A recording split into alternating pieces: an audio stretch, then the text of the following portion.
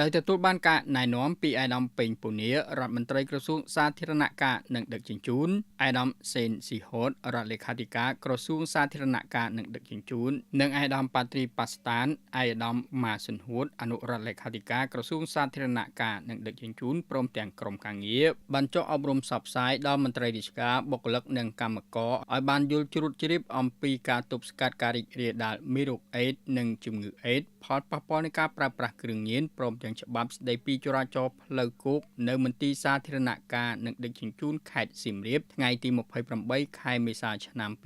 2025និងនៅមន្ទីរសាធារណការនិងដឹកជញ្ជូនខេត្តឧត្តរមានជ័យថ្ងៃទី29ខែមេសាឆ្នាំ2025ជាមួយនឹងការផ្សព្វផ្សាយនេះអាដាមសេនស៊ីហូតបានលើកឡើងថាដោយនីតិកាមុនដែរសម្រាប់នីតិកាទី7នៃរដ្ឋសភានេះរាជរដ្ឋាភិបាលកម្ពុជាក្រោមការដឹកនាំប្រកបដោយភាពឆ្លៀសវៃប៉ិនប្រសប់និងធម៌ពលរបស់សម្ដេចមហាបវរធិបតីហ៊ុនម៉ាណែតនាយករដ្ឋមន្ត្រីនៃព្រះរាជាណាចក្រកម្ពុជាបានបន្តយកចិត្តទុកដាក់ប្រយុទ្ធប្រឆាំងគ្រឿងញៀនខុសច្បាប់គឺជាអាទិភាពនយោបាយដ៏សំខាន់ហើយរាជរដ្ឋាភិបាលក៏បានប្រកាសដាក់ចេញនៅវិធានការស្តីពីយុទ្ធនាការប្រយុទ្ធប្រឆាំងគ្រឿងញៀនខុសច្បាប់ដូចនេះដើម្បីចូលរួមចំណែកធានាប្រសិទ្ធភាពនៃការអនុវត្តយុទ្ធនាការប្រយុទ្ធប្រឆាំងគ្រឿងញៀនខុសច្បាប់ដែលជាអាទិភាពនយោបាយដ៏សំខាន់របស់រាជរដ្ឋាភិបាលក៏ដូចជាលើកកម្ពស់ជំនឿទុកចិត្តប្រសិទ្ធភាពការងារនិងអភិបាលកិច្ចល្អនៅក្នុងស្ថាប័នរដ្ឋទាំងថ្នាក់ជាតិនិងថ្នាក់ក្រោមជាតិទាំងក្នុងជួរកងកម្លាំងប្រដាប់អាវុធ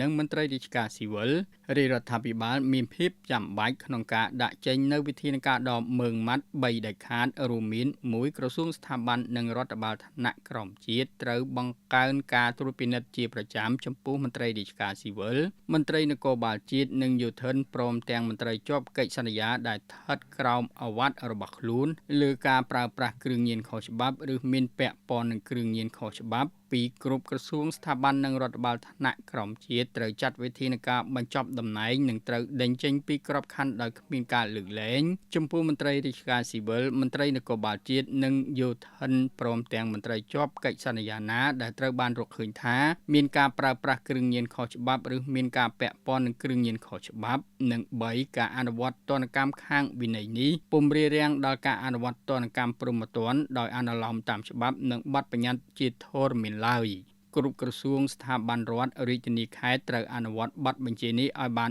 ម៉ឺងម៉ាត់បំផុតនិងមានប្រសិទ្ធភាពខ្ពស់ដែលឡែកតាក់ទងទៅនឹងបញ្ហាមេរោគអេដស៍ជំងឺអេដស៍អាដាមសេនស៊ីហូតមានប្រសាសន៍បញ្ជាក់ថាបើទោះបីប្រទេសកម្ពុជាបានទទួលជោគជ័យលើការប្រយុទ្ធប្រឆាំងនឹងមេរោគអេដស៍ជំងឺអេដស៍គួរឲ្យកត់សម្គាល់យ៉ាងណាក្តីក៏បញ្ហានិងឧបសគ្គមួយចំនួនកំពុងកើតមានដូចជាបច្ចុប្បន្ននេះអ្នកផ្ទុកមេរោគអេដស៍ការចម្លងកើនឡើងក្នុងចំណោមយុវជននិងក្រុមបុរសរួមភេទជាមួយបុរសបញ្ហាទាំងអស់នេះតម្រូវឲ្យយើងរួមគ្នាបន្តចូលរួមឆ្លើយតបរួមគ្នាដើម្បីសម្រេចបានការបដិញ្ញាចិត្តរបស់រាជរដ្ឋាភិបាលក្នុងការបញ្ចប់ការចម្លងរាលដាលមេរោគអេដស៍និងការគំរាមកំហែងនៃមេរោគអេដស៍និងជំងឺអេដស៍រាជរដ្ឋាភិបាលកម្ពុជានិងអាជ្ញាធរជាតិប្រយុទ្ធនឹងជំងឺអេដស៍បាននឹងខិតខំប្រឹងប្រែងយ៉ាងខ្លាំងក្លាក្នុងការប្រយុទ្ធនឹងការរីករាលដាលមេរោគអេដស៍និងជំងឺអេដស៍ដែលបានឆ្លើយតបទៅនឹងយុទ្ធសាស្ត្របញ្ចកោណហើយក៏បានគាំទ្រទៅនឹងផែនការយុទ្ធសាស្ត្រជាតិទូលំទូលាយនិងពហុវិស័យដែលឡែកក្រសួងសាធារណការនិងដឹកជញ្ជូនបានបង្កើតនៅផែនការប្រតិបត្តិសកម្មភាពការងារ